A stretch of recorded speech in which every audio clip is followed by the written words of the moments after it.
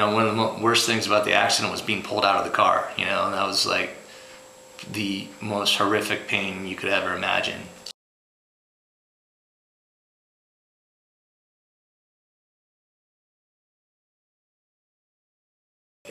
"10 months ago, if you were to ask me if I'm coming back, I would have probably told you no, too. Or I would have probably said, I don't know, you know. So it's kind of a, you know, it's been a surreal experience. So don't get me wrong, I don't ever want to go through this again. But, you know, if I can come back to the department, you know, and bring a little bit something with it, and affect my job in a positive way, then I'll do it. I'm not going to take the negative stuff, that's for sure.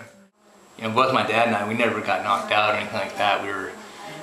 We got hit head on, and just, you know, just airbags and dust and everything like that, and we were just trying to collect what just went on, and could this really, you know, be happening? And I was really worried about my dad, because he was kind of, you know, yelling and wincing and stuff like that, and, you know, we were just kind of talking and back and forth, like, are you okay? And we're both like, kind of, no, we're not okay. We know something's wrong here.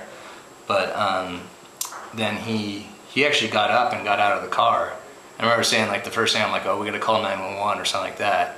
And I went to go get up, and that's when I realized that I wasn't, you know, I wasn't doing good either. I pretty much went to go move, and I looked down, and my whole lower body was just crushed.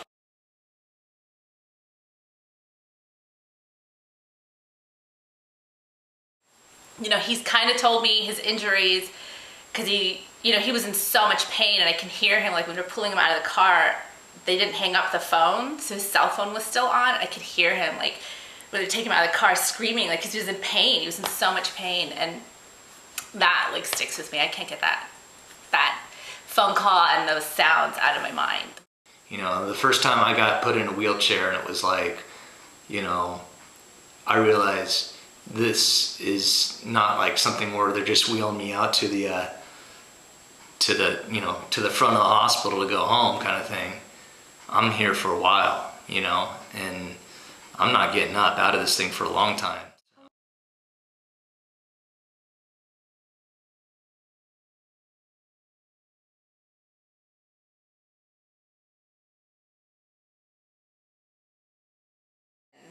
Here we are left to, you know, rebuild our lives and really rebuild Chris.